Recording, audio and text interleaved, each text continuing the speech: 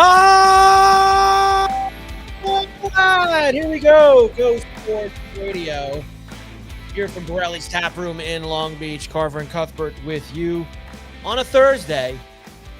Much nicer Thursday today than yesterday when we were down here. It was cold. It's still cold, but the sun's out. Very nice Thursday down in Long Beach on the island as we get ready. A lot to do today. Very busy Thursday show. We'll start to get ready for all the NFL this week. Week 15 in the National Football League. We have got college football to do. We have got hockey to do. Nice effort by the Rangers last night in Chicago. We've got hoops. We've got baseball from the winter meetings. Just a lot more coaches trouble in college. Chopped. Sharon Moore at Michigan. So very, very busy. Mike Carver here along with Paul Cuthbert. Hi, Paul. How are you? Good afternoon, Michael.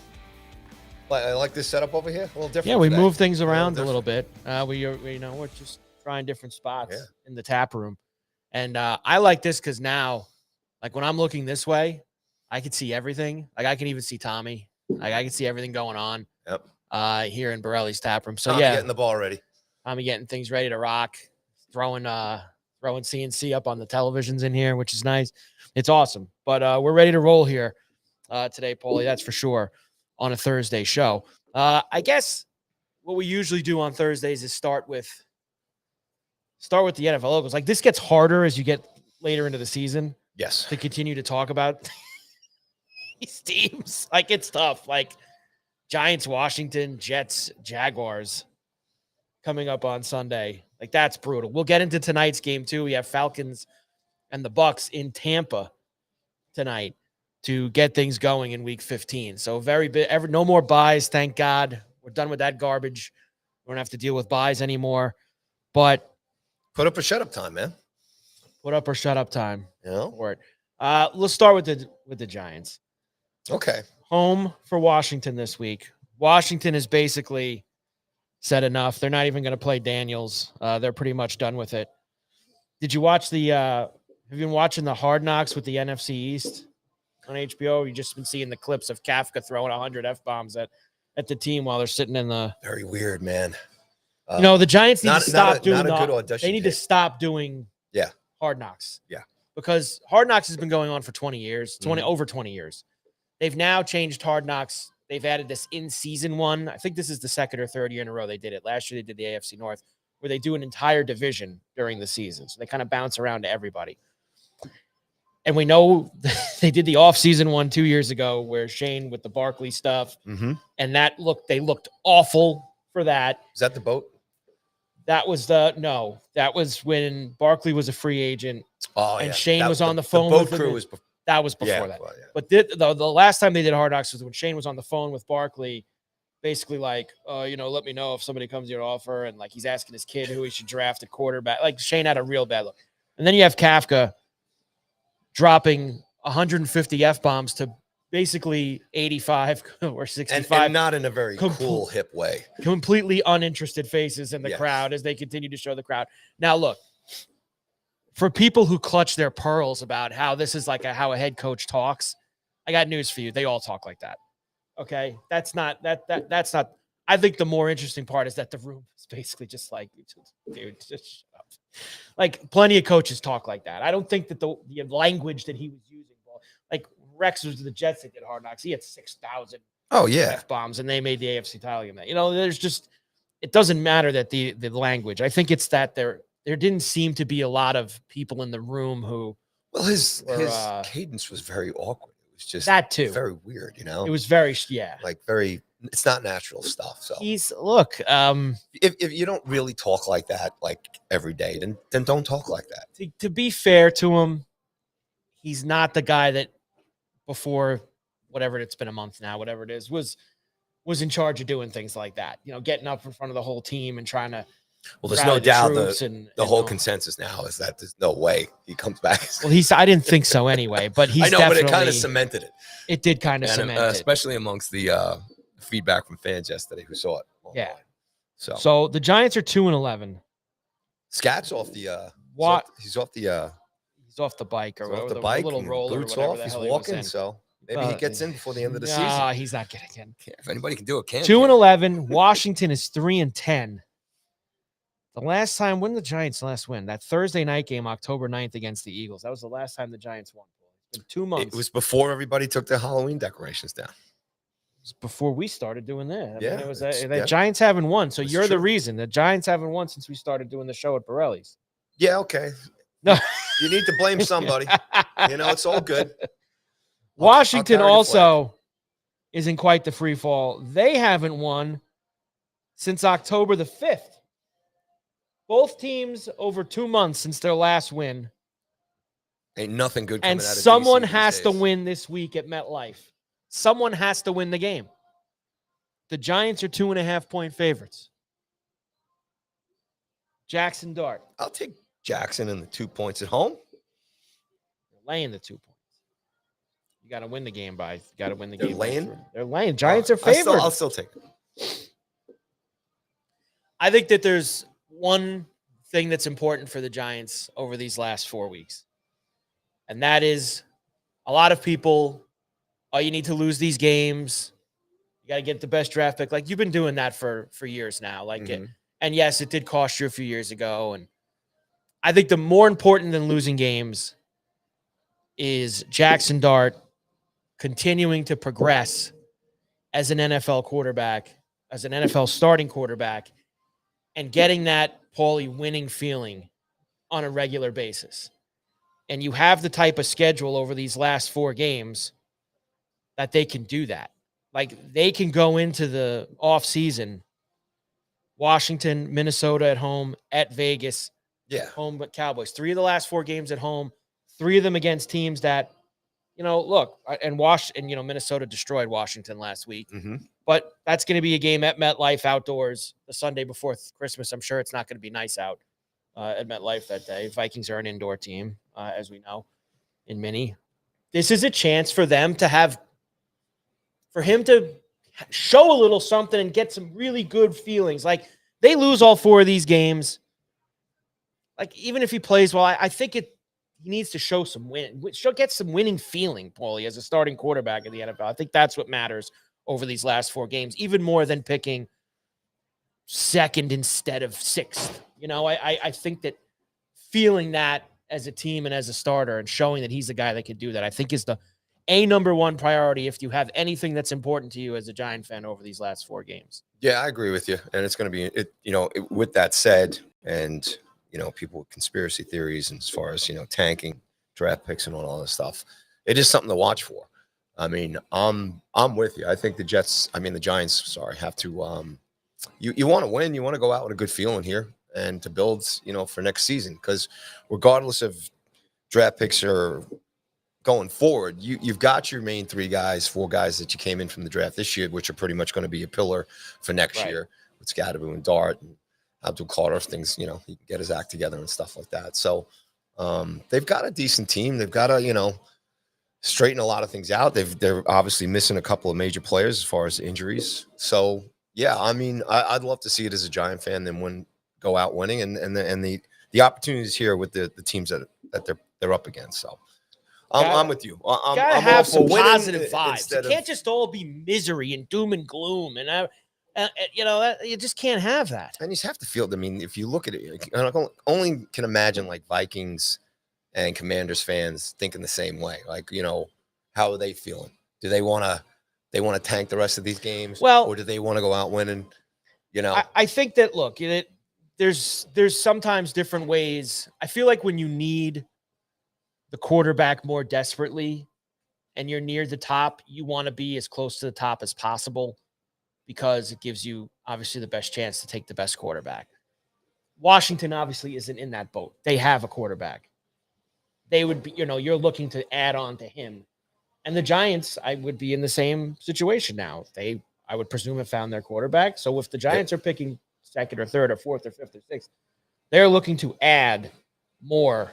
And I would think it would be an offensive piece, to be quite honest with you, depending on where. And this is not a great draft either, by the way, all the way around. But still, I don't think the need to lose games to get to be closer to the top is as prevalent to teams that have their quarterback. Where do you I'm just curious if you know where the draft is going to be this year as far as heavy. Is it leaning towards quarterbacks? Is it leaning towards defensive core guys.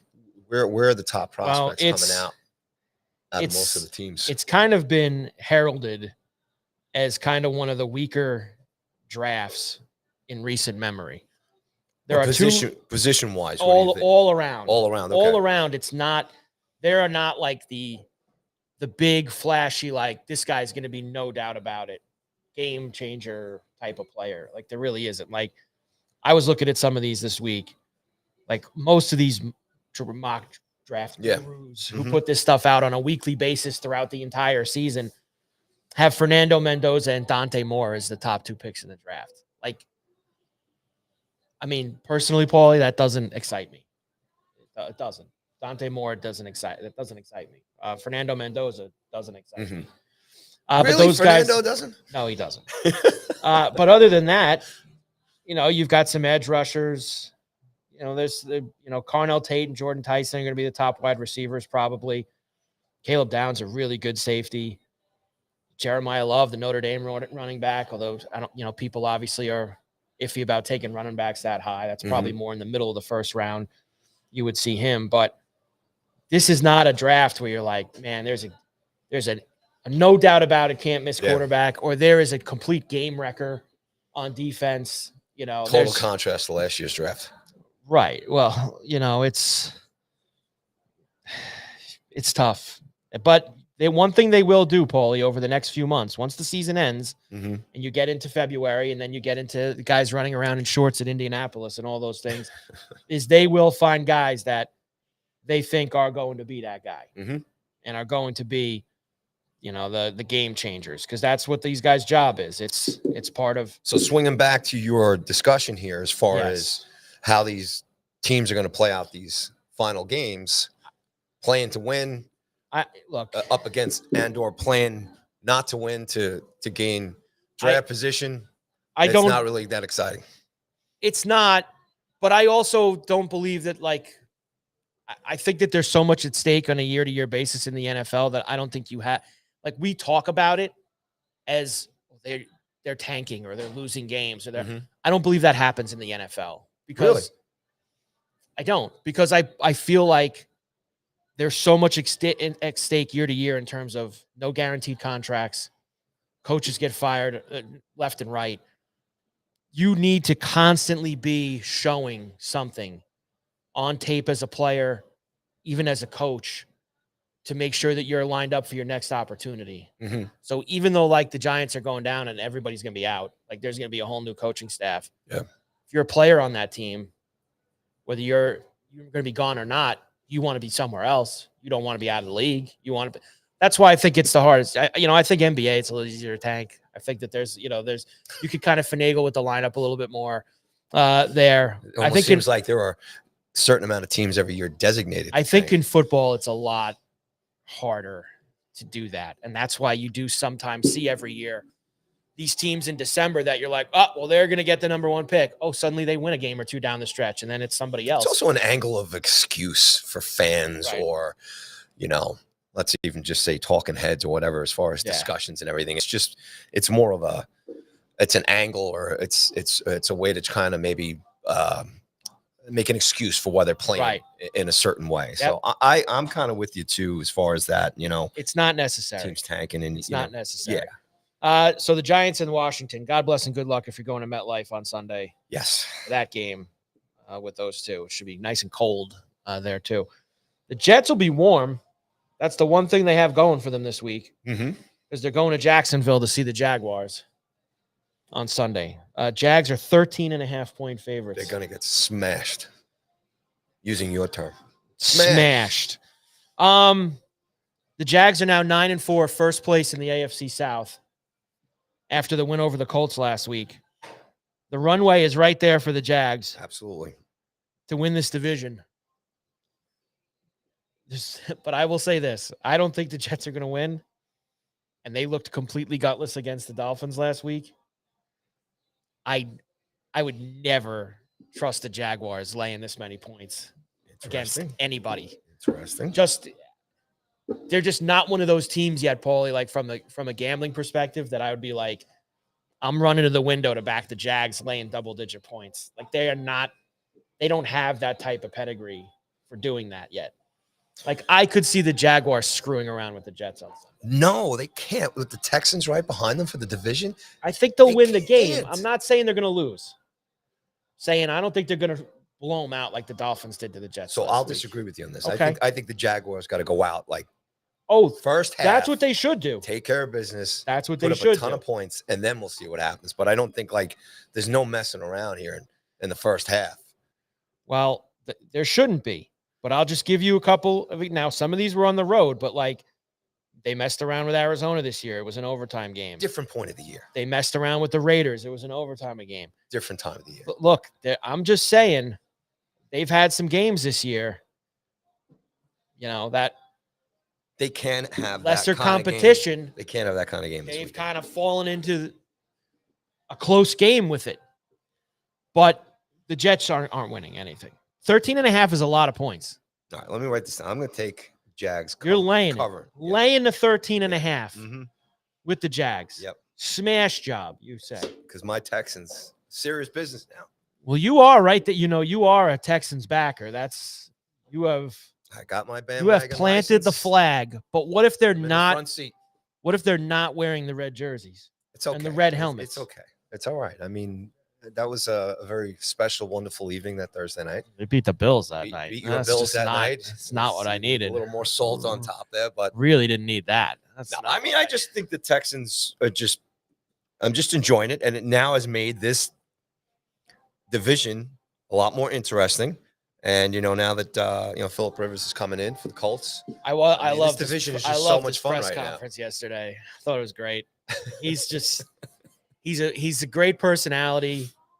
I thought man. He's having fun with it. Yeah. Like, doggone it, I'm coming in there. He doesn't get hurt. My because remember he's got 10 kids. We said this yesterday. He's like, my younger kids haven't seen me play.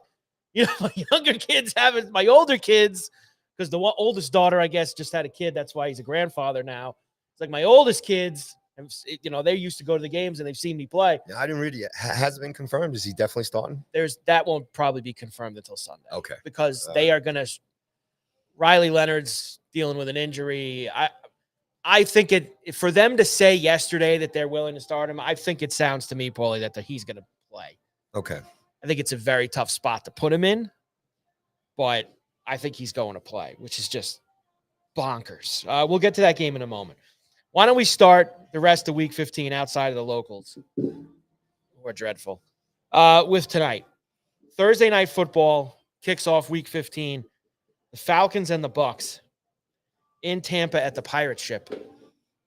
Always a fun place to be for Thursday Night Football. The Bucs coming off losing to the Saints at home, Paulie. Awful loss for Tampa because that dropped them now into a tie with Carolina in the South. So down the stretch we come, and they play each other twice in the last 3 weeks, Tampa and Carolina. So it's going to be right there for both of them. Man, that lined up nice. Right. That lined up real nice for all. Lined up real nice. Yeah. And both teams are playing the other team in the division this week. So Thursday night you have this game. Tonight you have this game where Tampa's playing Atlanta and Carolina's playing New Orleans on Sunday before they play their first game next week. I mean, I think it's got to be Bucs, but they have not. This has been a real bad run for them. Like, they lost to the Saints at home, didn't play well against Arizona. They held on and they got the job done in 2017. They lost to the Rams, lost to the Bills, lost to the Patriots. Like, they have been on. After that beginning of the season, first month and a half, people were talking about them as maybe a dark horse Super Bowl contender, and now they're fighting for their lives to hold off the Carolina Panthers. Yeah, I mean, I was a little high on them a couple of weeks ago, but it's changed. It's no doubt it's changed. There's one thing they do have going for them tonight, though. The Falcons have mailed it in. Yeah, they're finished. They're giving you nothing. There's very little minimum effort. You see, I think that's the difference with the Saints and the Falcons right now. The Saints are a team that nobody expected anything from. And in Kellen Moore's first year, and they get this Tyler Shuck playing quarterback, their defense has played better. They're kind of finishing the season with some promise on a first-year head coach as kind of like, we're getting better. We're improving under him. And I'd be more scared playing the Saints than the Falcons right now, and you saw that happen to the Bucs. And I think when we get to that other game, Carolina could be in trouble for that this weekend too. But the Falcons are on the other side of that spectrum, even though they're a bad team too. They had high expectations. They had massive injuries. And now it's like, guys, it's Cancun time. Like, that's kind of where the Falcons are. When you look at the past couple weeks of how they've played, they got smashed by Seattle last week. I mean, they lost to the Jets. Think about that. Yeah. They lost to the Jets. They've had just a really bad run. Bucs are finally getting healthy. They're getting Evans back tonight as well. And coming off a loss to the Saints at home, I know it's 3 or 4 days later. It's Bucs for me tonight, Paulie. It's got to be Bucs. Yeah, they got to have it, Got to have it. They Especially got to have it. Got to have it against the Falcons. No excuses. No excuses tonight. You're going to lay 5.5 though? You want to lay the 5.5? Yeah. You want to leave that to me? What do you want to? What are you doing? I'd lay the 5.5 tonight.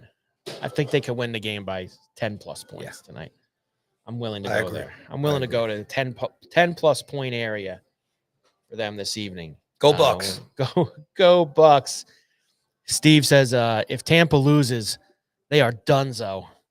I like donezo. It's always a fun word. Donezo. I don't disagree. You lose to the Saints and the Falcons back-to-back in a 4-day span. That torpedoes your season. Yeah. Now they're going to have outs because like I said, they have 2 games with Carolina left. But this is as close to a must-win as you can get. There's not a lot of with a dead team coming into your building, and they don't have a lot of wiggle room as far as the rest of the conference goes. Well, right, it's division or nothing. Yeah, for them, they got to win the South, and they've got to make sure they stay ahead of Carolina in that aspect. So Thursday night football tonight, and maybe a Bucky Irving touchdown tonight for our betting friends out there. I like Bucky Irving to get in the end zone as he came back last week. Looks pretty good for the Bucs. All right, Sunday. Let's do the games that matter first. Bills in New England against the Pats. Go Pats. Finally. Bills and Pats. Finally a Bills-Pats game that's going to mean something for the first time in a long, long time. Right. You've had a few years. The Bills pasted them in, what was that, Belichick's last year, second to last year in that playoff game in Buffalo. And then you've had a few years where the Pats have been down. And now the Pats are back this year, 11-2, first in the AFC along with Denver. And this is the Bills, to have any aspirations of potentially winning this division, they have to win this game. Patriots actually do clinch the AFC East if they win the game. They win the division. And they beat them in Buffalo back in October on a Monday night game. That was kind of the game that's actually the one really good win that the Patriots have this year. Because I think I mentioned to you last week. Back then, they were still a but team. They were. That was in October 5th. They win that game. Win this one. Maybe the buts is over. Well, maybe, because since beating the Bills, they've beaten the Saints, the Titans, the Browns, the Falcons, the Bucs, who haven't been playing well, the Jets, the Bengals, the Giants.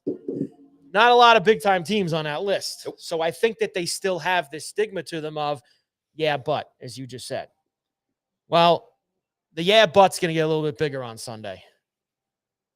Bills are going into Foxborough, and they're beating the Patriots. Ooh.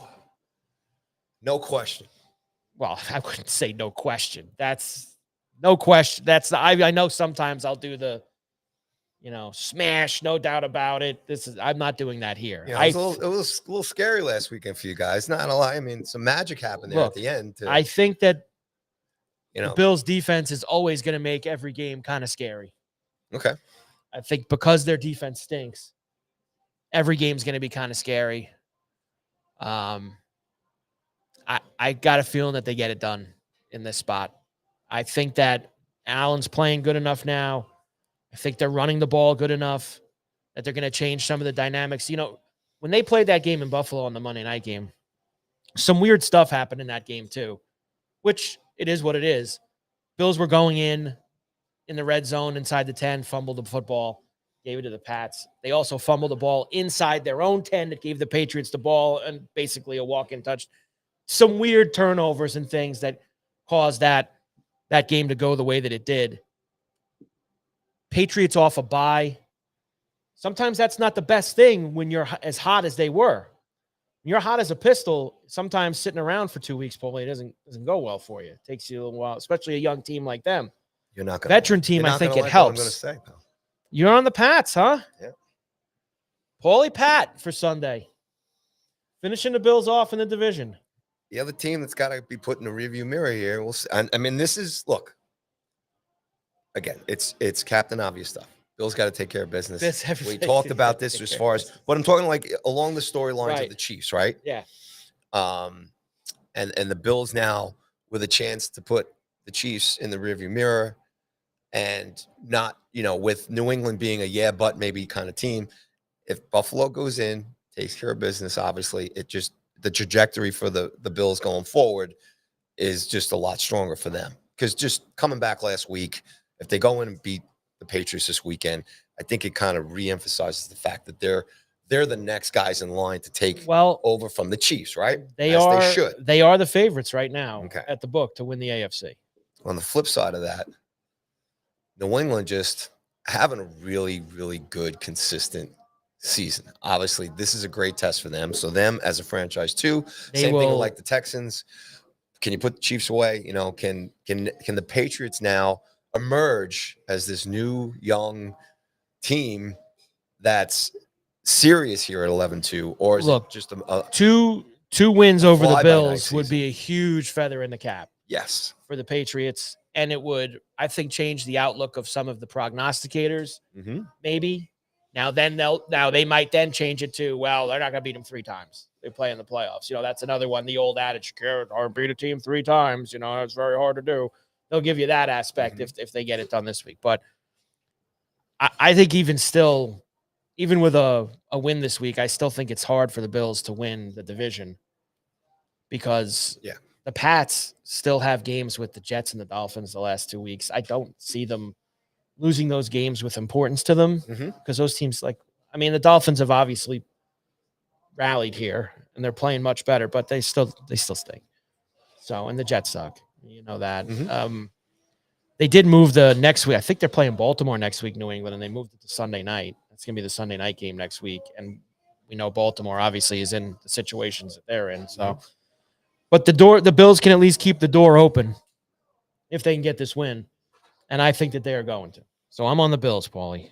Get it done. You got to be. You have to be on the Bills. I don't have to be. I pick against them sometimes. There's plenty of times I pick against the Bills. Let me do one more, and then real quick though. Yes. This, with the game that they, the Bengals game last week, which was was a fun game. I know it was a little. Everyone loves the snow and all that stuff. I mean, it was a full back and forth game. Back and forth 60 plus Bengals points running in the game. first Everybody half. likes that stuff. Bills come up with the magic in the second half. Yeah. Great football. Yeah, the snow, the theater, and all that other stuff. You've got 2 really good quarterbacks, 2 really good teams. I'm not going to say 2 good head coaches, because I know McDermott guy. Yeah. But 2 outdoor winter Northeast teams here playing against each other. And it's going to be super cold in Foxborough history. on Sunday. A little bit of rivalry. It's going to be good stuff. So I think as fans here, this is just a great game to tune into. This is the best game on Sunday. Yeah. There's a couple of really good games Sunday. This is the best game on Sunday. This has the most juice to it. This has the most gas to it in terms of, going forward and things like that. Will people believe in the Patriots after this Sunday? And I think even if the Bills won and still didn't win the division, I think it's going to put in everybody's minds that the Bills are the team to beat, even if they had to go on the road in the AFC. The Bills win, and it's a close game. If it's a tight game and it's back and forth, it's still, look, I guess the season's got to run out here. Right. The playoffs are a different animal, Playoffs are a completely different animal. So, but it's been a great season for the Pats regardless. And like I said, hopefully we know we're going to get a good game. Hopefully it's nothing stupid, nothing ridiculous in terms of if it wants to be stupid, like 45-10 Bills stupid, I don't mind that. Yeah, I wouldn't mind a game like that. It could get stupid in that aspect if it so chooses. Ravens at the Bengals. They just played a couple weeks ago. That was the third Thanksgiving night game where the Bengals went into Baltimore and beat them. Ravens are now 6-7 on the outside looking in. They're 2.5-point favorite in Cincinnati. I don't know if you called Burrow yesterday. I did. He had some very telling, and he's a guy who does like he speaks his mind. Yeah. He kind of made it seem like he's not having a good time out there right now. Yes. And the injuries have obviously taken a toll on him, and losing isn't fun and all that. And Burrow kind of looked like a guy, I saw people tweet this, like he was going to pull an Andrew Luck, like be a guy who's going to retire early or something like that. I don't know if we're at that level. All right, but with that said, and let's say for argument's sake he does, Burrows is not going to go in. He's going to go in and play hard. He's going to play good. I don't think it has any bearing on the game whatsoever. I agree. Yeah, I think that has to be made clear. Yeah, it was kind of tough to watch, and young guy, and yeah, it's been difficult. It's difficult for anybody playing Cincinnati to begin with. So, yeah, but I think I don't think if you're a Baltimore fan, or if you're the Ravens as a team, as far as preparing and everything. Yeah, don't get played here like Burrows is going in with this sourpuss attitude. He's not going to play hard or whatever. He wants to win. He wants to win games, and I think he's going to win this game. All right, I'm taking Cincinnati to sweep the 2 games from Baltimore. Ooh, taking the Bengals. Hey, I'm a Burrows fan. I take that. I like it. Bury him. 6-8. The Ravens will be finished. Right. There it is, folks. Get him out. Baltimore. It's done. It's over. Cold right here on chop CNC. 2 of them this week. Baltimore and Kansas City. Get them both out. Done. Chop them. Finished.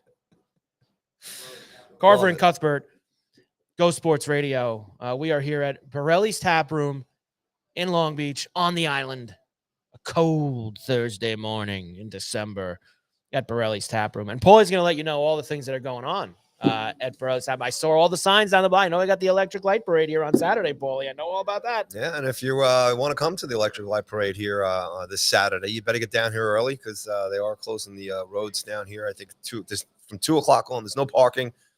So it kicks off at 6 p.m., I believe, the electric light parade. And Borelli's is going to be open all day, all kinds of specials. The road will be shut down here on Beach Street. And Borelli's is located at 912 West Beach Street right here in Long Beach. And in addition to all the specials and a place being rocking here on Saturday, along with the rest of Long Beach, Anthony Gow will also be providing live music here as well. A couple other quick things going on here at Borelli's for the rest of the month.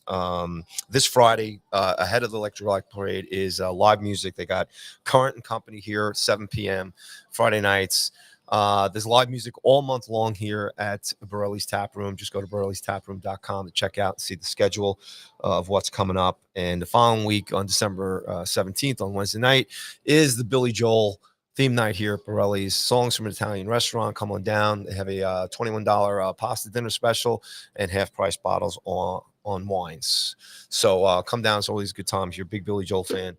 It's nice, and the wood brick oven will be fired up here, keep it nice and toasty. Yeah. And again, everything's looking great in here as far as the decorations and stuff. So it's outstanding. It's really good stuff. And there'll be more comedy and more pasta nights coming up as far as next month in January. And next week, we'll have more of a full schedule with regards to the January schedule here coming up. And you can also do holiday catering here and book your holiday parties. So go to Borelli's Tap Room and .com and get yourself down here to Borelli's. And you can always welcome to come out and hang out with me and Mike here on Wednesdays and Thursday afternoons for sports lunch. Good stuff. We are here. It's great. Come on down, hang out. I'm kind of liking this angle a little bit here, man. I see, like I said, you can see you got the whole room now. Whereas over, we were out there. I do miss my tree blown behind me in the background. I do miss that. And seeing the dog walkers, but it's just, I do miss seeing the dog walkers a little bit, but I'm all right over here too. I like it because we're closer to the pizza oven also. Yeah. Closer to the pizza oven than this. And we can keep an eye on Tommy over there and make sure he's keep an eye on him, and we're closer to the pizza oven. So that's all the Carver and Cuthbert, Go Sports Radio, as Paulie mentioned, from Borelli's Tap Room down here in Long Beach. All right, the rest of the schedule. So before you did the Borelli's talk there, I said we could finish the Ravens off this week. Yes. Get them to 6-8. We could finish the Chiefs off too with the Chargers coming to town. Kansas City 5.5-point favorites at home against LA. Really? Yeah. Really? Yeah. Really? Yeah. Yeah. Explain it to me. I think it's kind of last stand at the OK Corral for the Chiefs. Chargers haven't played well on the road. Chargers. Did you watch the Chiefs last week? Especially did. this fourth quarter? Did you watch that?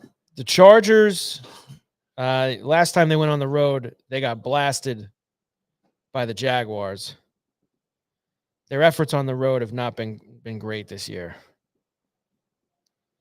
All right, let's throw a couple of things in here. All right, so Herbert's got he's got injured the right, arm but there. he was fine. It's going to be cold. Now it is going to be cold. You did bring up the last stand there, so okay, maybe it's making a little more sense. But Chargers beat them earlier in the year in Brazil.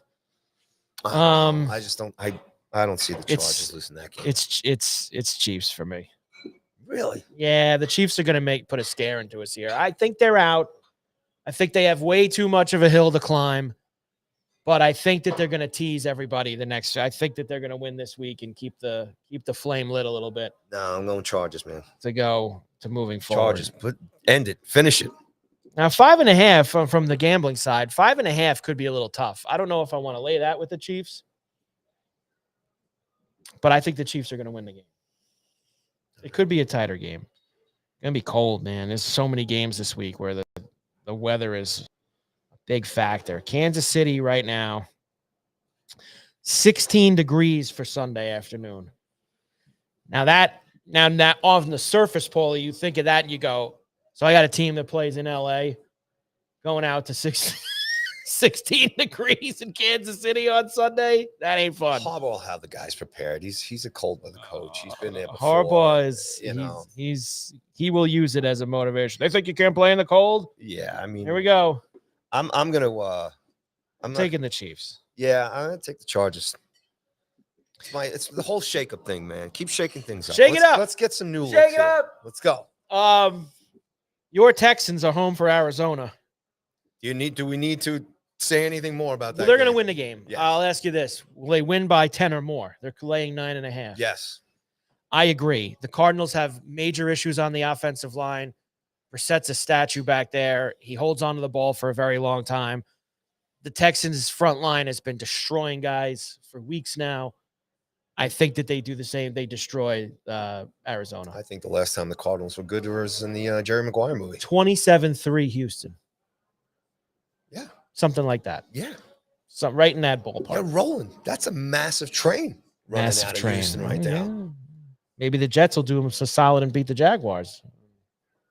Yeah, that would be it's not happening. We already discussed that. It's not happening. I'm not going to be able to pull you in on that. No. It's not happening. Boys, it's no shot. But I tell you what, if the Jets do beat the Jaguars, we'll devote at least a half hour breaking down that game next week. 15 minutes. Okay. A half hour. 15 minutes. I can't give a half hour. This is just I can't do that. It would be a miracle. Now I know I sound like a broken record and I keep talking about cold. But it's December football, it comes up. It will be in single digits in Chicago for the Browns and the Bears. It's going to be dangerous in Chicago. That's one of those games. Bring your, make sure you're completely covered. It's one of those games you don't go to. Skin not exposed. You don't go. You don't go. You really, I don't know what would you have to be paid to go to that game? And for sit for the whole game. You got to sit outside. No skin showing. You got to bundle yourself up. It's where you wear the ski mask, the thing, and the glass and the goggles. One, you'd be talking to a couple of. I'd want one of those bunker suits that the guys at the airport. Okay, wear. yeah, you got to have those. I need a bunker suit with the over the head, with the goggle, the ski goggles. Full helmet, ski helmet, downhill skier helmet. Full helmet is probably a weapon. With a heat fan going on inside of that. I'd need way too much. Bears minus 7.5.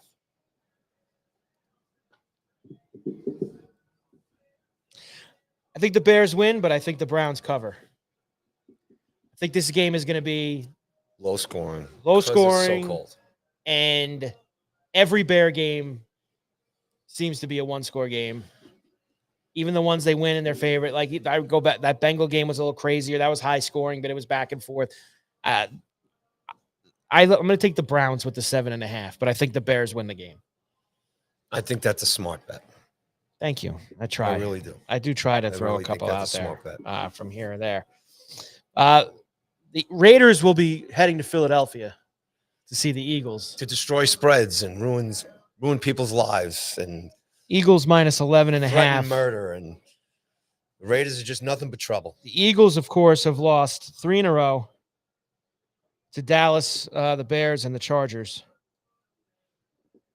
This is a big get-right spot for them. The Raiders are putrid, and they're going to have Kenny Smallhands, I think, playing quarterback, Kenny Pickett, who, of course, was on the Eagles last year as the backup to Hurts. This is the Eagles' smash job. Tommy, how much do the Eagles win by this week? 24. 11 and a half. 25. I say 24 points they win by.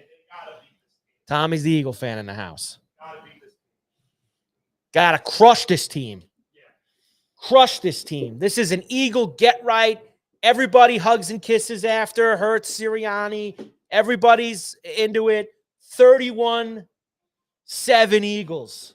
Birds cover, they win by 21. 31-10. There it is. 31-10 Birds. E-A-G-L-E-S, Eagles. That's no doubt. The last place the Raiders want to be Sunday at 1 o'clock is in Philadelphia, outside in the cold, with Kenny Smallhands as the quarterback. Did you get a look at all? I mean, this is no doubt for Eagles, but were the Raiders in that game at all last week with Denver at all? Did they cause any kind of trouble there outside of the chaos at the end? I don't think that there was ever a time in the game where you thought the Raiders were in the game. So it's a game. It was like if Denver doesn't, it was like they were just hanging around the game. So there's no. The Raiders suck. There's nothing here. Raiders I'm just suck. laying it out for the Eagles here, right? There's no excuses. Just as There's no excuses for the No. Eagles this week. All right. Zero excuses. Crush. They need to come in with a smash play And here. get out with no injuries. That too. Like I told you yesterday, 3 of their last 4 games here. Raiders twice with Washington, and they do go to Buffalo to play the Bills. But the other 3 games, you got to win those 3 games, and that gets you to 11 wins, and that's going to get you home So in the NFC East. technically, they could possibly have the division wrapped up by the time they go to Buffalo. Oh, they could. If they win this week, I told you yesterday, if they get to 10, there's no way the Cowboys can get them, because then the Cowboys would have to go 4-0 to finish 10-6-1. The Cowboys, you never know with them. They could lose again. I don't think they'll lose this week, but. And if that's the case, maybe Buffalo doesn't even see Jalen Hurts. No, that's the second to last game. There's going to be something on the line there. The Eagles aren't shutting down the week before. The Cowboys are playing the Vikings and the Chargers these next 2 weeks. Okay. They could win both of those games. Yeah, I don't think that's going to be pack-up time for them at all. And I'm Hurts on has the to not Eagles, throw the big. ball to the other team's They're receivers. just going to run the ball down the Raiders' throat. There's going to be a lot cold weather, running the ball, smash mouth. Let Barkley have a day. Don't screw around. That's what you expect. That's your 1 o'clock slate. 4 o'clock. 4 games, 5 games at 4:25 this week, as there should be every week. As I said to you all the time, Yep. there should always be a minimum of 4 games at 4 o'clock in the 4 o'clock window East. Colts are in Seattle against the Seahawks. We've briefly talked about the big storyline here, and that is that there's a chance we see 44-year-old Phillip Rivers as the Colt quarterback. I love these Hallmark stories, Paulie. I think that they're fun. I think it's great. I don't care if he plays or Riley Leonard plays. This is a bad spot for the Colts. It's the Seahawks. I usually don't like laying 13.5 points or 2 touchdowns. I don't make a habit of trying to do that, but I'm going to do it in a couple games here in this 4 o'clock window, and Seattle's one of them. It's got to be is Seattle Seahawks. all hands on deck? No injuries? Oh, yeah. They're all hands on deck, trying to catch keep pace with the Rams before they play them next week on Thursday night. Yeah, it's Big Rams-Seahawks game next Thursday for the division lead. I think the Colts owner could probably stay home this weekend. Look, should there'll be probably some stay home. hoopla if Rivers is the starter. There's going to be some hoopla. But how can you expect a 44-year-old quarterback off the street to walk into Seattle this week and keep them competitive in the game? I can't. But yeah, but you know what? Everybody's going to watch just in case. Oh, if he's playing, it's going to be now. If Riley Leonard plays, it'll be the least watched game of the week. But if Rivers is in there, it's going to have some juice to it. All right. It's Seattle for me. I can't. Yeah, I don't care who's playing. It's the Seahawks. That's way too tough a spot. Let me give you the other game with the big spread that I like. Niners laying 12.5 at home against the Titans. Niners off the bye. Titans actually won a game last week to get to 2-11. And I know it's the Browns, but still, they won a game. So you get a little bit of, I think, letdown there. You get the Niners finally probably as healthy as they've been, all year. They're still missing a couple of their really big pieces, but they're a hell of a lot healthier than they were in September and October. And this is 12.5. I think this is easy work for San Francisco. Easy work. It should be. Easy work. I hesitate. Ooh. And that's unfortunate. Yeah, that is unfortunate. Because I like the Niners and stuff, but Titans, huh? You think Titans? No, I'm thinking of the spread. It's a big spread. I can't fault anyone who doesn't want to lay Niners win double digits in the NFL. Don't get me wrong. I can't fault anybody. Niners win this game. Don't get me wrong. Yeah. But I'm thinking about the spread. That's okay. That's it's understandable. I'm not feeling very confident Fine. about. I feel and that sucks. I do feel confident about it. Okay. I'm dropping the hammer with the All right. Niners this week against Tennessee. It's a smash job. Smash play. All right, I'll have a little fun here. Niners win, but take the spread. Taking the Titans with the 12.5. What the hell? Okay. Hey, you got to go out on a limb sometimes. Throw $3 or $4 Can't bucks just on play, the game. Can't just play the chalk all the time. You got to go out there and take a dog. Your dogs bark in the NFL. They certainly do. Panthers are in New Orleans. I mentioned this to you earlier. Panthers now tied with Tampa in the NFC South lead. The Saints have played better. I saw talk this morning said their defense over the last 4 weeks is top 5 in the NFL with how well they've played. Carolina -3, road favorites. Carolina is such a tricky team. Now, Saints beat the Panthers in Carolina last month, 17-7. That was a long time ago. Completely gutless effort from Carolina that day. And that was coming off a big win when they beat the Packers in Green Bay. The pattern with Carolina has been very clear. Good performance, awful performance. Good performance, awful performance. Good performance, awful performance. Good performance, awful performance. It's almost like 10 weeks in a row. And for that reason, it's a game I wouldn't touch. But I think that gets ruined because they were on a bye last week. So that they're out of that rhythm now. I wouldn't touch it. I ain't touching it. I'm rooting for Carolina to win simply because I want to see them and the Bucs. That game, obviously, both those games have a lot of juice to them. Mm-hmm.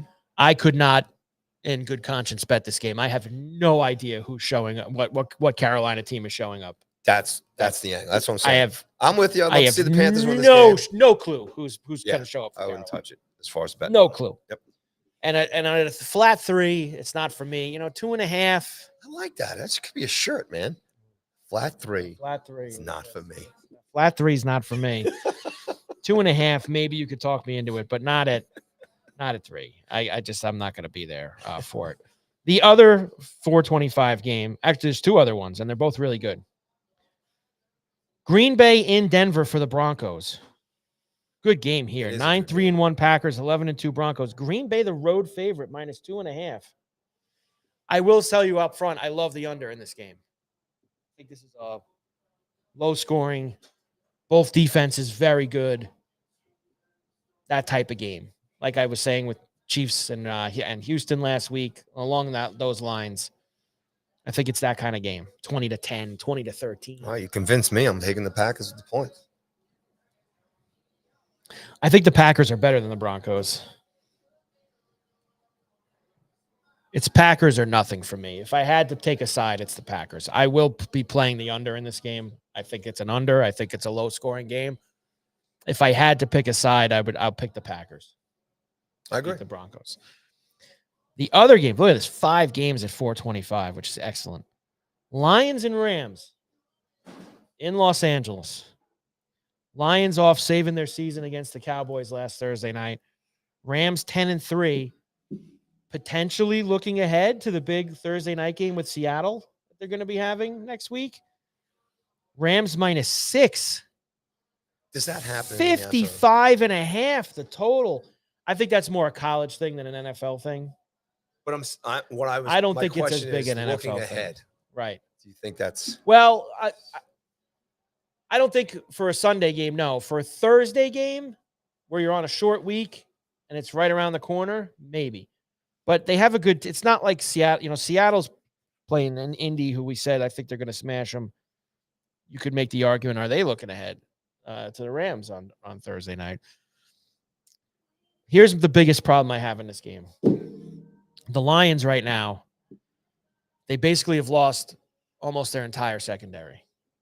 They lost their they're down safeties. shell of the team they used to The be? corners are banged up, and the guys who are playing are just awful. Stafford's been so good. I want the Lions. I want to take the Lions, Paulie, but I don't know if I can, just because their secondary is in such shambles right now, and the Ram pass offense has been so good. It's hard for me to get there. I'm very torn. And what a massive total, 55.5. You don't like those big numbers. It's a big number. Usually, though, when they make it that big, they can't make it big enough. Mm-hmm. I like the Lions early in the week, and now I'm kind of, as the week has gone on, I'm shifting more to the Rams. Not one of my favorite games this week. I'm confident in the Rams handling this well. I just think they're going to be able to move the ball every time through the air. Mm-hmm. And the Ram defense is good enough where I don't think the Lions are going to be going score for score with them. I think the Ram D will get a couple stops, and I don't know if the Detroit D can get any stops. Yeah, I mean, this is also that it's kind of an emotional game with the two guys throwing the ball for both teams here. Yeah, here's one thing I'll say about that. So, there's a couple of chips on the shoulders there. I believe this is now like the third or fourth time they're playing. Yeah. I think we're past it. Mm-hmm. I think the first couple times there was something there. They played in the playoff game 2 years ago. I think we're past it. I think that all those narratives have played out to this point. And it is funny because that is, in my eyes, it's very rare you get these. This is a sidebar here that I'm going to go into. It's very rare you get a massive trade that 100% worked out great for both teams. Both teams, yeah. And the Stafford trade to the Rams is one of those trades that absolutely you can put in the category of worked out outstanding for both teams. The Rams got a Super Bowl with Stafford. Yep. Maybe they get a second one this year. Who knows? And the Lions, who were absolute dormant franchise for decades, have sprung back to life with and why? Campbell and Holmes drafted all the picks they got from the Rams. They rebuilt the team in a great way, and Goff ended up not being a stiff. Yep. And it's turned the Lions into the last few years actually being a viable franchise again in the league. 100%. 100%. A home run trade for both teams. So rare. So rare, you could say that. Usually one team is always on the bad side. Neither team can say that in this trade. Now, would the Lions like to win a Super Bowl with that? Of course they would. But I think just coming from laughingstock franchise to being respectable again, I think that all in all makes it a win. Bigger game. Sidebar. For who? Just in general. Lions. Yeah. Rams are going to be in the playoffs. The Rams, even if they lost and Seattle won this week, they're playing them Thursday night. They've beaten them once. And if they beat them again, they'd be tied with them, but beat them twice. So they'd have the tiebreaker. So the game means a lot more to Detroit because Detroit is right now, Paulie, still on the outside looking in. Yep. They are not in a spot right now, I don't believe. I know that come after last week. Yeah, they're in the 8. They're one back. They're one back of San Francisco and Chicago. So, and I think they do play the Bears. So they play, yes, they do. Last game of the season is Lions-Bears. So they want to keep pace with them, make sure that they can potentially jump them in that last game. So I think a lot more on the plate for the Lions, Paulie, in this game than the Rams. Sunday night, Vikings Cowboys in Dallas. It's Cowboys. Has to be. Cowboys offense is really good. Minnesota is not going to be able to score with them. Not in that. And Cowboys at home have been a much better team than they are on the road. I'm willing to say, Paulie, it's a smash job on Sunday night. I think it's a comfortable win for the Cowboys at home. They take care of business in a big way. I think what you saw from the Vikings last week, that was more an indication of how gutless Washington is and how much they've quit. Mm-hmm. I think that the Cowboys, with a lot on the line, Vikings are not going to be able to score with them. Well, especially with Bucks and Panthers where they're at right now, they need that 7th win just to kind of stay in the midst. If anything, I goes think they south. have one path, and that's catching the Eagles. I think that's their path. Well, let's see. Like I said, by some crazy chance, the Eagles this week, or at least one of their last couple of games. Right. But you already said this. I mean, the Cowboys have to win out. I mean, this is just basically. I think they have to win all 4 of their games that's to have a shot. Yeah. They'd have to win all 4 games, and that includes this Sunday night. And then Monday night, Dolphins and Steelers in Pittsburgh. You going? You watching? Well, it depends. Are you going to give me the same suit that you're going to wear to the Bear game on Sunday? 22 degrees as of right now, Monday night in Pittsburgh. If it was a beautiful fall day in the end of September, would you go?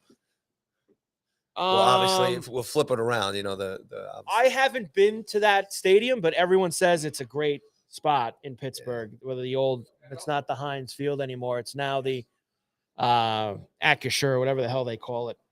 So Dolphins have fought their way back to 6-7. Steelers now 7-6 after beating the Ravens last week. Pittsburgh -3.5. Now, one thing the Dolphins have done here, Paulie. 1, 2, 3, 4, 5. They've won 5 of their last 6.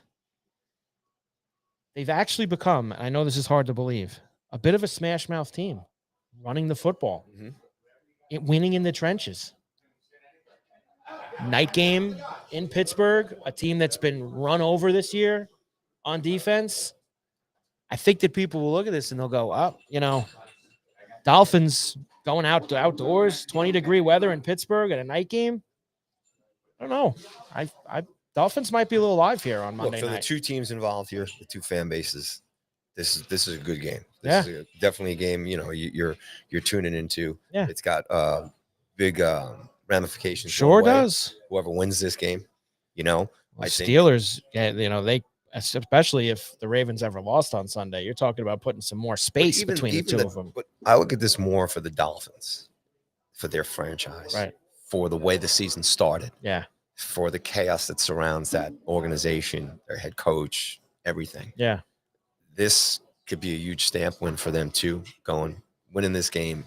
Yeah. In the cold. And then, like I said, they consistently, they're playing better.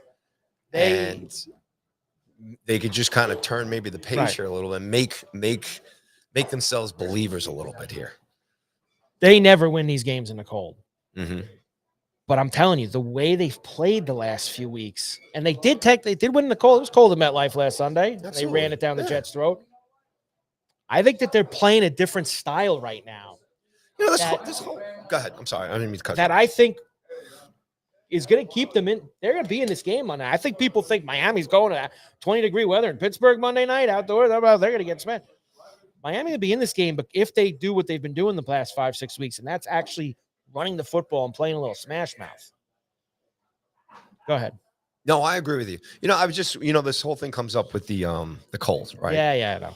But I'm saying a lot of the makeups of all the teams in the NFL are made up of teams from, kids playing colleges all across the country, Northeast. I think it gets a little overrated sometimes. Midwest. Yeah. So I like the Dolphins in this game. There are some guys that I think it absolutely is a factor. Yeah, but entire playing teams, half of your season. Entire teams, no. Yeah. I think there are some. Just because a guy plays on Miami, he could have played his college at Michigan and Mhm. played high school in New York. You know, there's just they've played in cold weather before. Yeah. Are there guys who hate it? Yes, there are guys who hate it. You know, I mean, but as an organization, if you're, if you're a warm weather franchise, you have to ultimately, as a professional team, you have to this is where you have to win, right, especially if you're on the East Coast here. And, yeah, as far as this division is concerned too, it just hasn't been done by the Dolphins, no, So, again, I like the Dolphins in this game. okay, win And outright.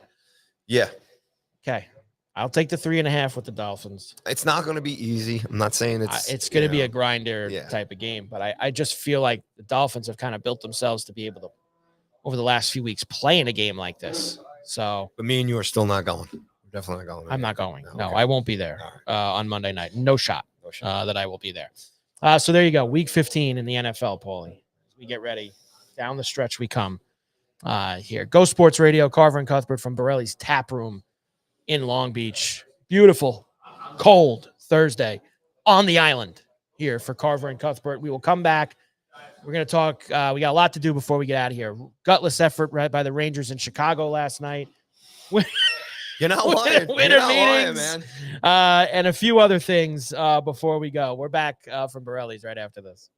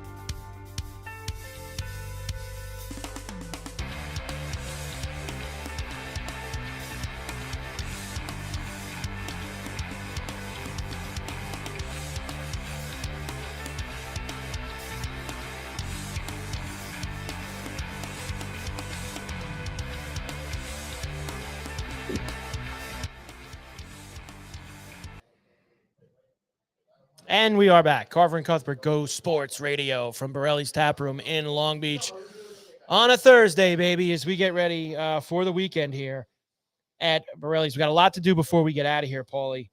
And let's get right into it. We did a ton of college football yesterday, obviously, with everything that happened with Notre Dame and the college football playoff. And You thought Notre Dame had problems. Thought Notre Dame had problems. A couple hours after we were done, we found out Michigan's got bigger. They got problems too.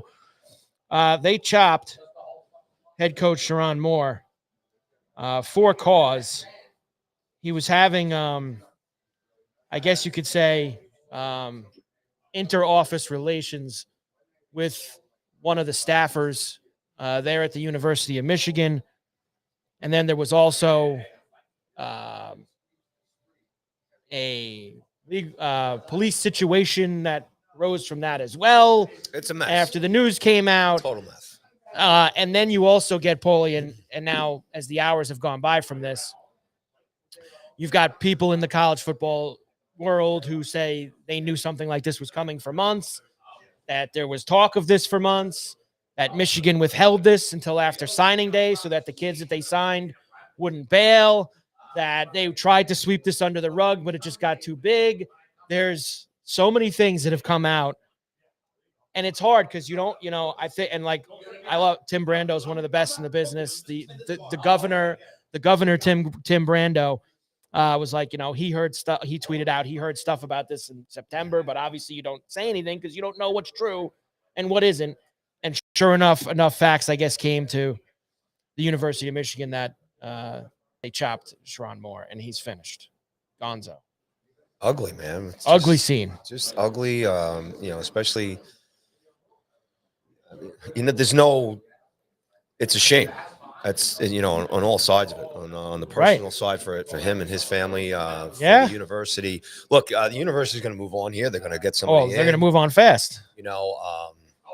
But just absolute mess. It's just one of those stories where I was just like, I couldn't believe it. Yeah. You don't expect it. And like I said, we spent so much time yesterday just talking about like the CFB and the playoffs, like all that stuff, and Notre Dame and the different layers of that, right? And then something like this happens the next day, which is just totally, it's worse. Right. It's completely worse. Yep. Sure, and especially for the people involved. And the school here is, obviously it's some mud on the face here, and it's a PR nightmare and everything else. They'll move on. They'll get a new coach in here. The program, it's like, it really comes down to the individuals that are involved here.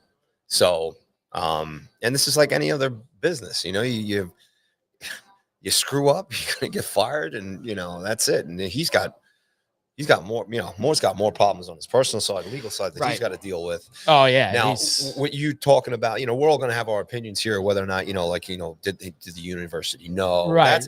That's all that behind the scenes, it's almost kind of like, it's weird because in a sense, like it's a different thing. One's more horrible than the other, but when you take the Blackhawks situation years ago, right. Or when there's a scandal, right? There's all this stuff that's going on that leads up to the final big decisions or the shocking news like yesterday. And that is where everybody's going to bring out the magnifying glass. And now who screwed up here? Or, at the end of the day, it's Coach Moore if all these allegations are true. And he's just an employee that gets fired. This will eventually they'll move on, Michigan. They're going to move on quickly. And you'll know if there was a cover up or if they tried to sweep it on the rug, if the athletic director gets fired. That's where Ward Manuel, that's where you will know that was the case. Because there's, they give you this no tolerance policy stuff and they give all that. But they are going to move on quickly, and already, the names every big name, and this is a big job. Michigan is a massive job in college football. I would say it seems like there's a lot of smoke. It didn't take long to have a lot of smoke with Kalen DeBoer from Alabama. Now, it's funny that, why would Kalen DeBoer want to leave Alabama? He's got a great job at Alabama. Why? And I thought this when he took the job. He's not a guy for a job like that at Alabama. It's those schools in SEC schools in the South, they expect so much immediately now, all the time. Not that, listen, Michigan's going to expect to win too. But it's just a different vibe down there. He's always been like a guy, northern schools, things like that, I think if there's been so many people bring it up, I think there's legitimate smoke that the Alabama now they're going to have to wait. They're playing next Friday night against Oklahoma in the college football playoff. It's just mad. But that kind of leans to that they knew this was coming. type of thing. They knew that this was going to be out there. So I would look to that name, or they're going to cherry pick someone else, and that's going to open up another job, and the ladder just goes down. This Jed Fish from Washington is another guy. He's the head coach of the Huskies in Washington, who's playing Saturday night in the bowl game. But that guy's been dying to get out of Washington since the second he got there. I mean, His name has been listed in every job possible. The shock and awe of this, like Oh, that gig in Michigan, right? it's a big gig. And what we were talking about the last couple of weeks with coaches moving and everything else. And if you just look at it from that, and we talk big about gig. greed and all that other stuff and changing. If you had a trajectory to go for another position, right? Yeah. And now this happens. Yeah. It's an earthquake. Yep. It's an earthquake for the school, the students, the whole university, right? And you just think back at the pictures last week, before the Ohio State game, and the chest pounding and the pride. It's all about that stuff. And that's, like I said, when I saw that headline come out, and again, like the personal side of it, the legal side of it, all that other stuff. Yeah. It's like the imagery and then, like I said, what you're saying here too. And if people knew, or if this game got brushed under the people table, do. There's enough. And now who's going to get the job? Who wants the job? There's enough people who are very tapped into college football that in the last 24 hours have been tweeting that they heard something could come out of Michigan, that this was known and this was tried to be swept under the rug and all of that. So Sharon Moore out, finished at Michigan, chopped. Moving forward, you like the Army Navy game on Saturday? You gonna be involved in Army Navy? Yeah, I mean, you just love it. Look, I think if you're just an American, it's just it's a great rivalry. It's a great historical game. Always love when they announced the new jerseys and the kits and all that stuff. I like that they do that New Jersey every year. I love now. it. I love it. It's cool. There's a lot of pride on both sides for those branches of the military and everything else. So definitely watching it. Absolutely. Navy much better than Army. I mean, Army's 6-5 this year. Navy's 9-2. Navy's, and it's a home game for Navy. It is a home. Yes, Maryland, I know that it's in Maryland and it's a home, but these games are always from Annapolis, buddy. These games are always 50-50, Army and Navy in the place, no matter where it is. But there's one bet that's always as good as gold in the Army Navy game. That's the under. Okay. I think it's 16 of the last 18 years. The game's gone under. It's 38.5 on Saturday. Let's get another under, Paulie. I like it. In Army Navy. And I like the under means it's a tight back and forth game and nothing too crazy. Nothing too crazy. I mean, there's any shining stars on either team to. Nobody could pick any player on Army and Navy out of a lineup. All right, there you go. That's just that, but they like it that's the way that they want it. That's the Army and Navy way. With it. Bowl season also starts Saturday night. Yes. The LA Bowl. The bucked up LA Bowl, which is Boise State and Washington. And Ripper makes a good point. Ripper chimes in with the Sharon Moore stuff. Guy did it to himself, but the media is having a field day. I will say. Oh, he's talking about Moore. Gotcha. Yeah. And it's 100% true. He obviously did it to himself. He knew, he was doing wrong. Yeah. But I will say, and I don't know if there's a lot of anti-Michigan the last few years because obviously everything with the Connor Stallions and the stealing the signs and all the stuff with Harbaugh there. There's been a lot of people have got a very negative attitude towards Michigan for that reason. But I know he did wrong and what he did was wrong. And I don't think I've ever seen a coach got fired, get made fun of and dragged as much as this guy has since yesterday either. But as Ripper says, he did it to himself. So that's kind of how it goes. Getting back to the LA Bowl. So this guy, Jed Fish at Washington, he'd walk to Michigan if he could. And his team's playing in a bowl game on Saturday night. Okay. I think Washington's a lot better than Boise. I don't know how much.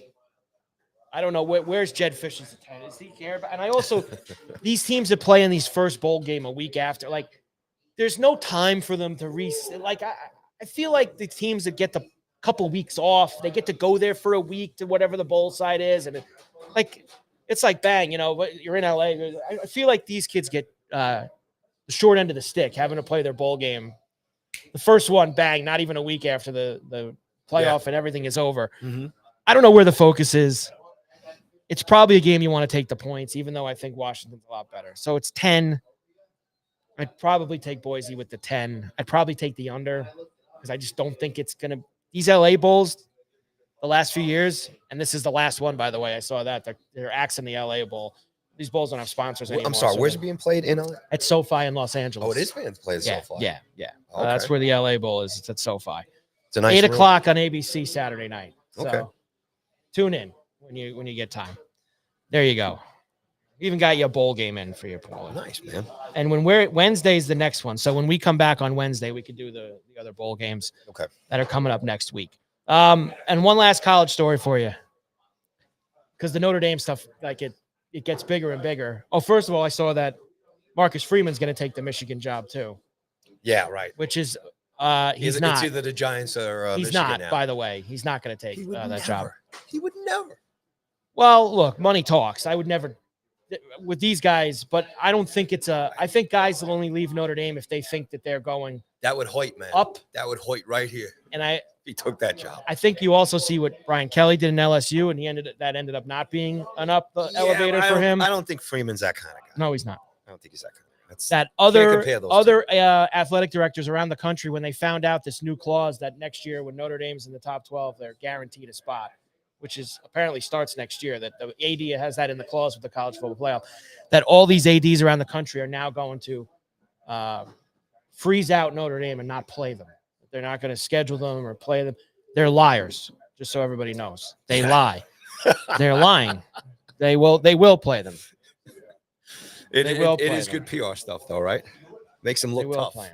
Makes them look tough. But the Gates, the money, no. I agree with you. They are liars. They are. And Steve's asking, is Maddox Madsen playing in the game?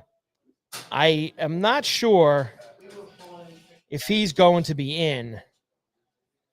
I think with how I haven't seen him declare that he's going to be out yet, Steve, but that you're right. That's something you want to wait and check on for Maddox Madsen before the LA Bowl on Saturday night. He's Boise State's quarterback. Gotcha. Player.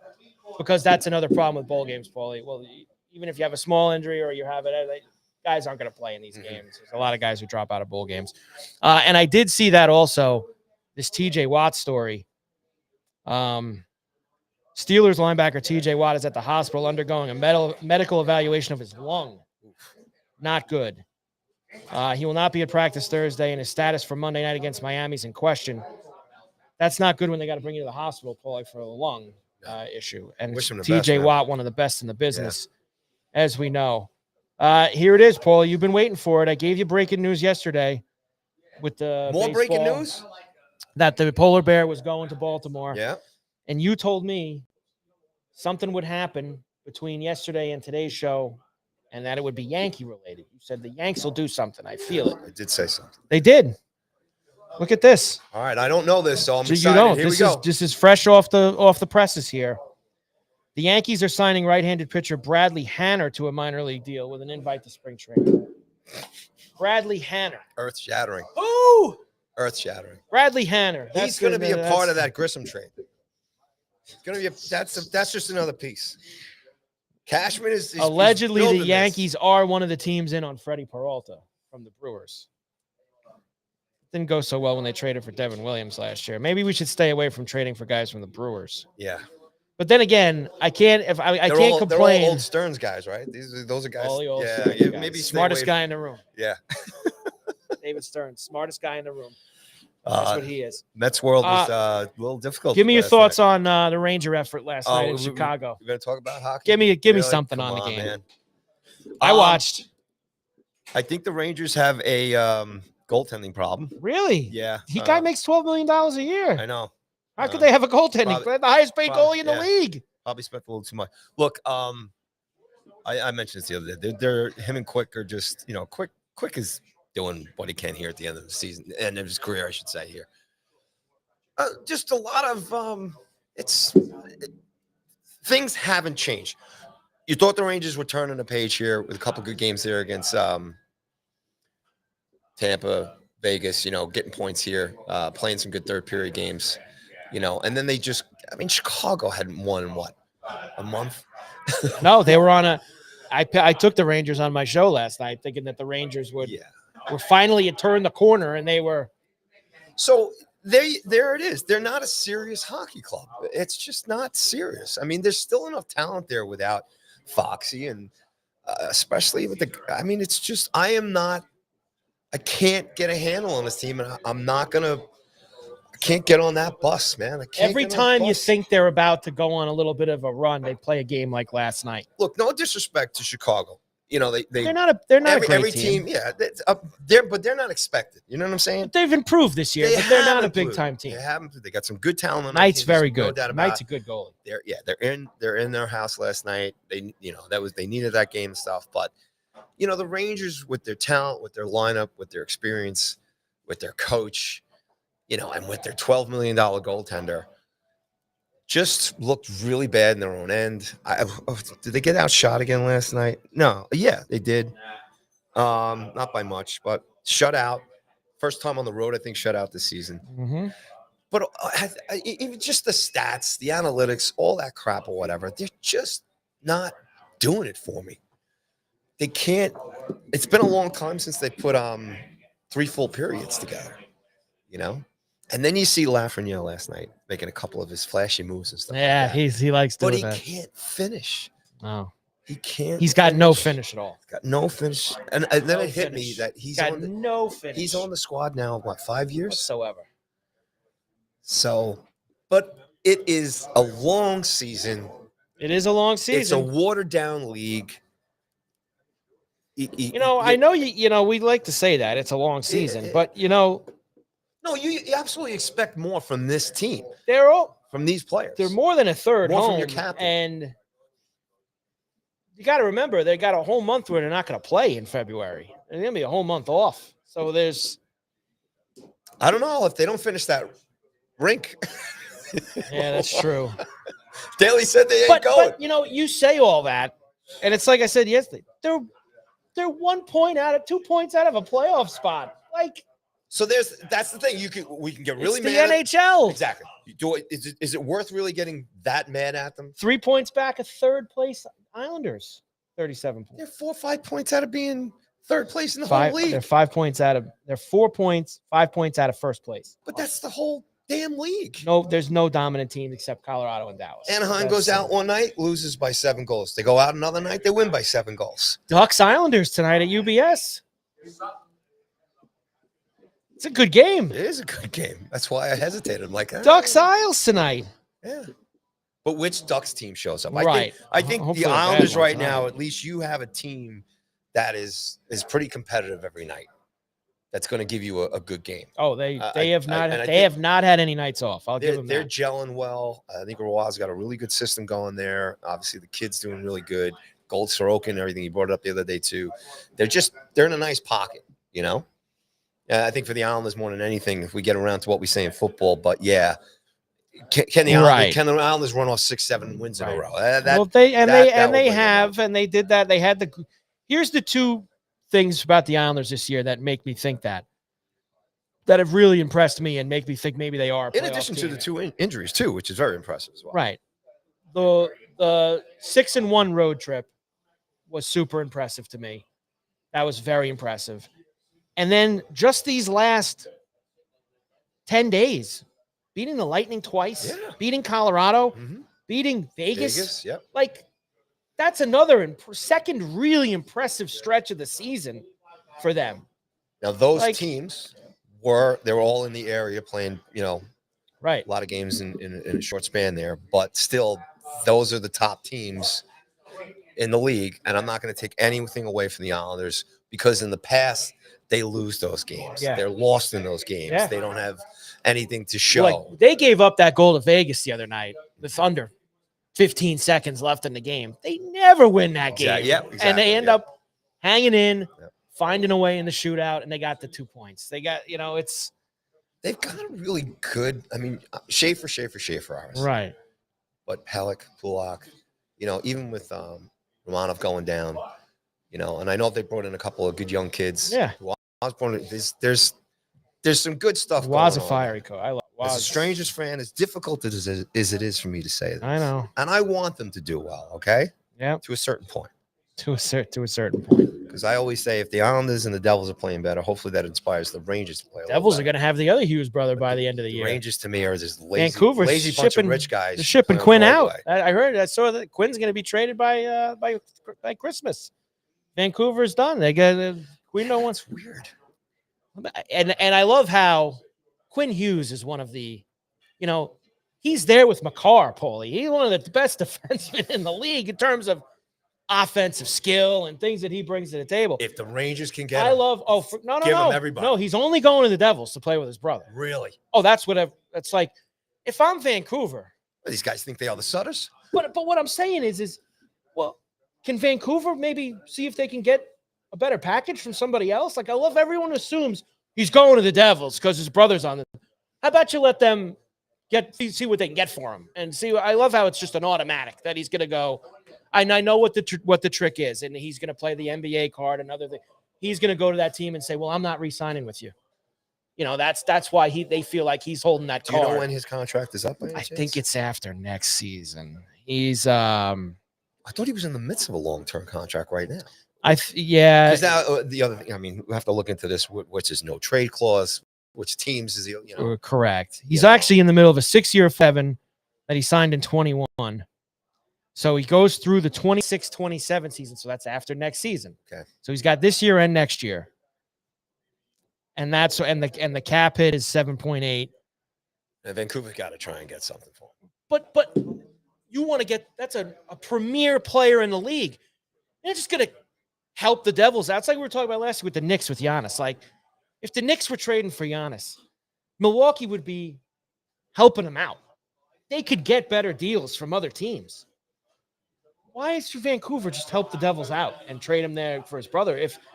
And I'm sure the Devils have some assets to be able to do it, but still, if another team, Paulie, comes up and says, well, I'm going to give you more, then why you throw the Rangers in there and the Devils? I think there's other teams in the league that have better assets. Imagine him playing across the river against his brother? That would be I don't for the Rangers. think that's going to happen. And the only way, I think this is my prediction for the Rangers.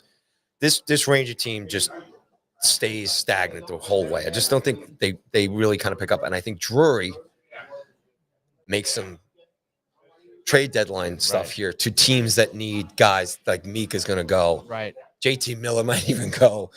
Panarin, because I think if this team doesn't lift, if this team doesn't get up, if Sully can't get this team up, and if Shesterkin here doesn't show that he's going to be the guy who can kind of carry these guys into I don't even think it's so much Shesterkin. It's a lot of the guys around him here.